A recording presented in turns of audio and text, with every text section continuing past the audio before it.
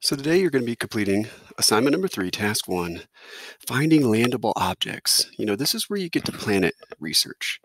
We've been working on why is Earth so special, and we've found out a lot. In fact, I checked out your tests, and they were incredibly well done. I had lots of A's and B's, and you could check those out over at Google Classroom. But for now, let's talk about task 1, which is how do we find a landable space for us to land and convince people to come with us and build a space station, all before winter break. And this is step 1. Task 1 is where you go in and you find the planet that you want to research. And you do so by finding something landable. You see, you're going to search using some resources I give you and then complete some slides. But there are some rules. Like, for example, you can't do a dwarf planet, star, or comet. There's just not enough information. It has to be a planet or a moon. And you have to work on your own for this first part. Then you're going to complete at least 5 of these.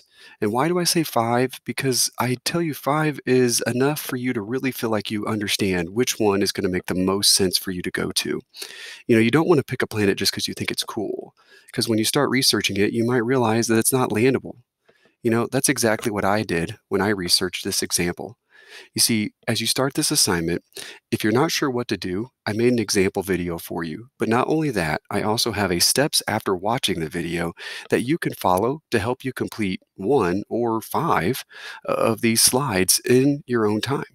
So let's talk about the slides. Each slide requires you to choose a planet or a moon. Tell me about its atmosphere, distance from the sun, its orbital period. Remember, that's like revolution.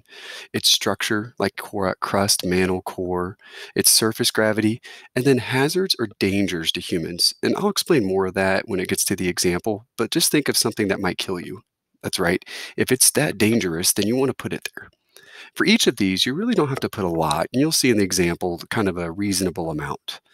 But there are tons of resources over here on the side. We have Solar System Scope, which we all have used many times in the Night Sky project. We also have a NASA Planet site, which is extremely good and easy to follow. We also have Epic, which is going to have some things inside of the mailbox as you sign in. There's my code. And I've got tons of books that I've provided for you. And you also have a travel time page, which you may or may not need for this part. And then the last thing you have to do is simply tell me, is it landable? Why or why not? I'm not asking for a paragraph. I just want you to think, could you land a spacecraft on this planet or moon? If you can't, I want you to tell me why. And if you can, I want you to tell me why. And that's pretty much it. Don't forget to put a picture of it here too. Remember, you're not using Google to find those pictures. You can always insert a picture by coming up here and searching the web. But all of that's done inside of this example. So this is just the introduction, telling you what you're going to do. If you're still not sure what to do, then watch the video. All right.